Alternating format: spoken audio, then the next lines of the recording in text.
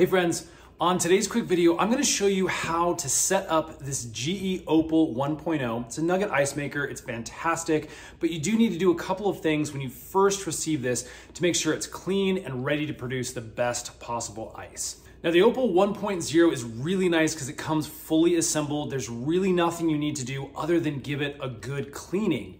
We're gonna add some water after that, and within about 10 minutes, you're gonna start making Nugget ice for the very first time. Again, very, very simple process.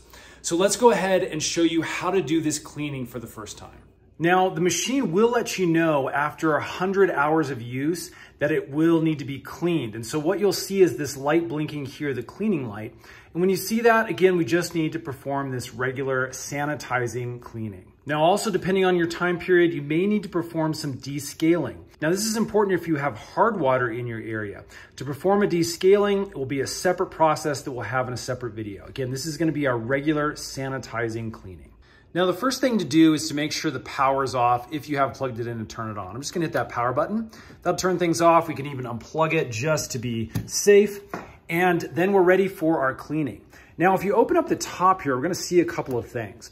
First, you're gonna see your little ice scoop. This needs to be washed with soapy water. And that's, again, just to make sure any kind of packaging, film, or anything like that is properly cleaned off. Next, we'll do the same thing by rinsing this basket. This is the ice basket underneath some hot soapy water as well, and giving that just a really good first cleaning. Now, the final thing we want to take a look at is this little filter screen. Now, this little guy actually just pops right out. I can just gently with my thumb pull on it, and as you can see, the screen will pop right out. Now, this initially we can run it under some water just to make sure it's cleaned, but really you only need to worry about cleaning this on your regular sanitizing cleans. Again, some debris may be trapped in here as it's cycling through the machine. You want to clean all that out. Okay, let's go ahead and put that filter back into place. Again, it just sits down just like this with this wider edge down at the bottom.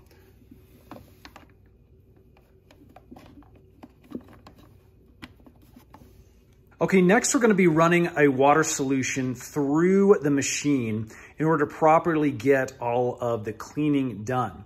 Now, what we're gonna do is we're gonna first fill water up to this max fill line right here. Now, again, use clean water for this as if it were going to be making ice. You don't wanna, again, use super hard water or anything that has a lot of potential material in it. Okay, with our water up to that fill line, we're then gonna create our cleaning solution by adding 1 teaspoon. That is the symbol for teaspoon right there. Again, don't make the mistake of putting too much in, of household bleach. So 1 teaspoon of household bleach. We're just gonna add that to our water solution, and then we're ready to run this solution through our machine. So with the ice maker plugged back in, we can hit that power button.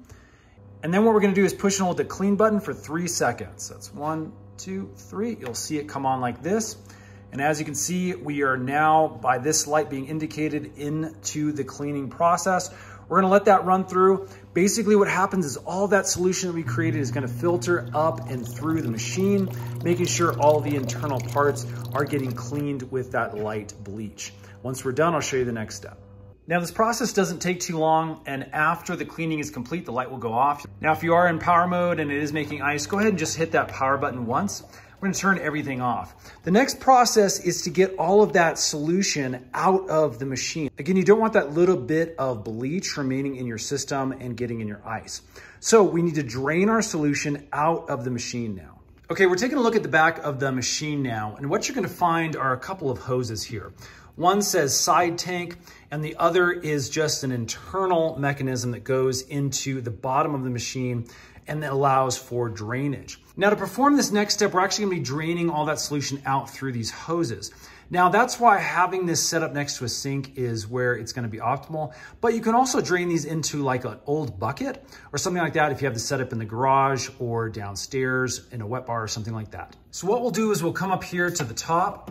I'm just going to lift this little clip out of its hooks, and then we're gonna put the hoses down into our sink, and we're gonna remove this little plug up top just by pushing it off. As you can see, water immediately starts to run out. We're gonna let that fully drain. Okay, once we have fully drained the machine, we're gonna put our little clip back into place on these hoses.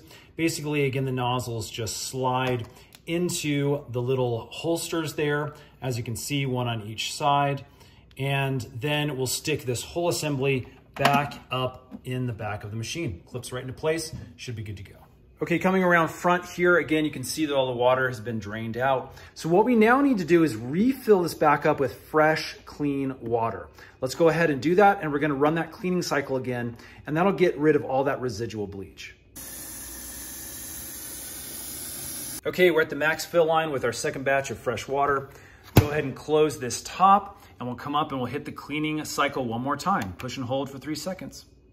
Now, after your second cleaning cycle is done, GE actually recommends we walk through the cycling process 2 more times. So go behind the machine, grab those tubes, again, drain it into your sink or bucket, fill with fresh water, do the process again. And what that really does is it just makes sure any residual bleach is pushed out of the system, and then all that remains is that fresh water. Once you're done with that, fill it up with your fresh water, hit the power button, and you're ready to make ice. So there you go, friends. That is the setup process, how to first clean your Opal 1.0 Nugget ice maker. We're now ready to make some ice. Again, this stuff is absolutely fantastic. We hope this video has helped. If it has, please hit that thumbs up button. Let us know we're making good videos for you. And then subscribe, because we actually have a bunch more Nugget ice maker, other kitchen appliance videos that are coming out really, really soon. Stay tuned, and we'll see you again on the next one.